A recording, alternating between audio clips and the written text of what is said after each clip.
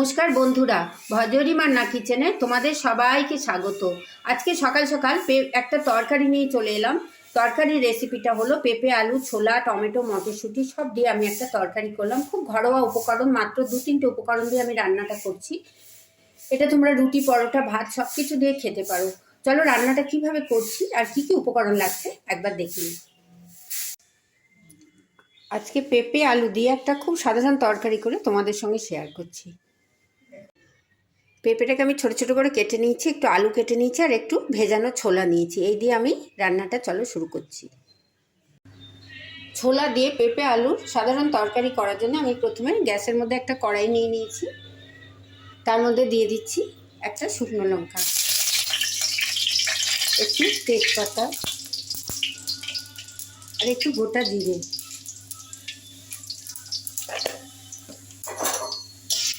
ফোড়নটা একটু ভালো করে ভেজে নিচ্ছি। তার মধ্যে আমি এই যে ছোলাটা ভেজানো আছে এটাকে একটু ভালো করে ফোড়নের সঙ্গে ভেজে নিচ্ছি।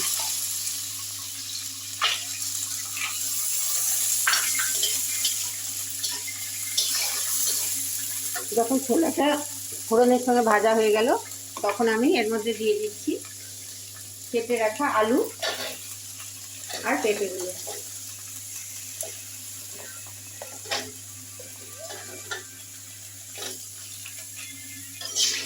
দিয়ে আমি একটু ভালো করে নেড়ে চেড়ে নিচ্ছি। আলু, পেঁপে, ছোলা ফোড়নের সঙ্গে আমি একটু ভালো করে ভেজে নিচ্ছি।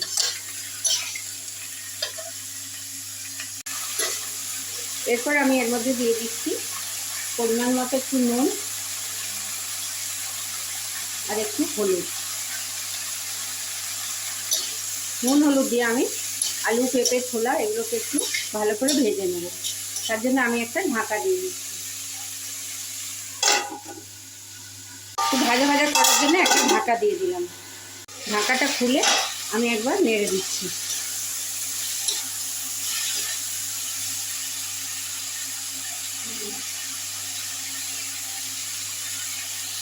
আর একটু ভাজা ভাজা হবে, তাই জন্য আমি আবার ঢেকে দিলাম।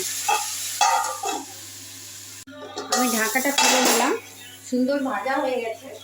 আমি একটুখানি তেল দিয়ে দিলাম।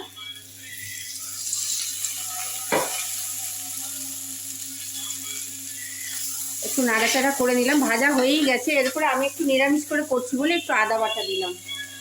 তোমরা এটা পেঁয়াজ রসুনও দিতে পারো, কিন্তু পেঁপে সাধারণত একটু নিরামিষই হয়। আমি একটু আদা বাটা দিয়ে ভালো করে ভেজে ভেজে নিচ্ছি। আদার সঙ্গে আমার সবজিটা যখন ভাজা হয়ে গেল, আদার মধ্যে একটা সুন্দর গন্ধ আসছে। এই সময় আমি একটু জল দিয়ে দিচ্ছি। ভালো করে ভাজা আছে, বেশিক্ষণ সময় লাগবে না সেদ্ধ হতে। এবার আমি গ্যাসের ফ্লেমটা সিম করে দিলাম। এর মধ্যে একটু দিয়ে দিচ্ছি একটু জিরের গুঁড়ো দিয়ে দিলাম।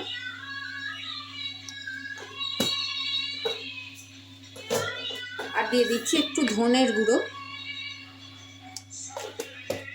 আর দিলাম একটু কাশ্মীরি মির্চ।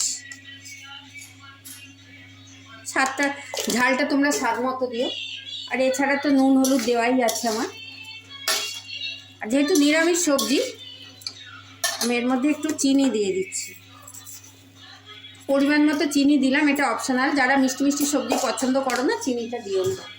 দিয়ে আমি খুব ভালো করে মশলার সঙ্গে পেঁপে, আলু, ছোলাটাকে মাখিয়ে নিচ্ছি।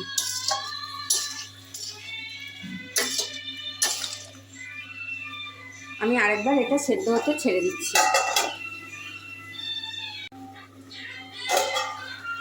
ঢাকাটা খুলে দিলাম। দেখো মশলা, আদা বাটা, ছোলা, আলু, পেঁপে খুব সুন্দর করে মাখামাখি হয়ে গেছে।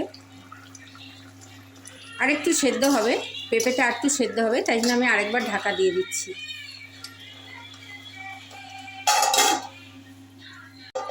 এবার ঢাকাটা খুলে এবার সুন্দর সেদ্ধ হয়ে গেছে, একটু মাখো মাখো হয়ে গেছে। এই দেখো পেঁপে সেদ্ধ হয়ে গেছে।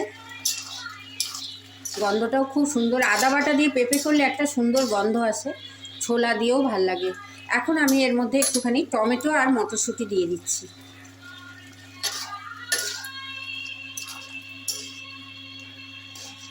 টমেটো, মটরশুঁটি দিয়ে দিলাম। আর একটু ঢাকা দিয়ে দেবো টমেটোটা গলে যাওয়ার জন্য। আরও প্রায় 3 মিনিট মতো আমি টমেটো, মটরশুঁটি দিয়ে ফুটিয়ে নিলাম। আমার তরকারিটা পুরো রেডি হয়ে গেছে, দেখো দেখতেও খুব সুন্দর লাগছে। এইবার আমি নামানোর সময় এর মধ্যে দিয়ে দিচ্ছি একটুখানি ঘি, নিরামিষ সবজি বলে একটু ঘি দিলাম, আর দিচ্ছি একটুখানি গরম মশলার গুঁড়ো। ঘি গরম মশলা দিয়ে আমি খুব ভালো করে নাড়িয়ে নিলাম, আর নামানোর সময় এক মুঠো ধনে পাতা কুচি ছড়িয়ে দিলাম। এইভাবে পেঁপের তরকারি রান্না করে তোমরা খেও, রুটি পরোটা ভাত সবের সঙ্গেই খেতে খুব ভালো লাগবে। এখানে তোমরা যখন যদি ছোলা না থাকে সেই জায়গায় বড়ি ভেজেও দিতে পারো। আমার একটু ছোলা ছিল সেই জন্য আমি ছোলা দিয়ে করলাম। দেখো আমার তরকারিটা পুরো রেডি হয়ে গেছে, সবজিগুলোও সব সিদ্ধ হয়ে গেছে। দেখো এবার আমি এটাকে একটা কন্টেনারে ঢেলে নিচ্ছি, আমার রান্নাটা তৈরি হয়ে গেল। আমি পেঁপে আলু ছোলার তরকারিটা একটা বাটিতে ঢেলে নিলাম, কাঁসার বাটির মধ্যে ঢেলে নিয়েছি। খুব সুন্দর দেখতে হয়েছে, গন্ধটাও খুব ভালো হয়েছে। এইভাবে তোমরা পেঁপে আলু ছোলা দিয়ে সাধারণভাবে ঘরোয়া জিনিস দিয়ে তরকারি করে খেয়ে দেখো, খুব ভালো লাগবে। যদি আমার ভিডিওটা তোমাদের ভালো লাগে অনেক লাইক শেয়ার কমেন্ট করো, সাবস্ক্রাইব করে বেল আইকন প্রেস করো, যাতে আমার সমস্ত ভিডিও তোমরা সবার আগে দেখতে পাও। কোন বন্ধু কোথা থেকে দেখছো জানিও।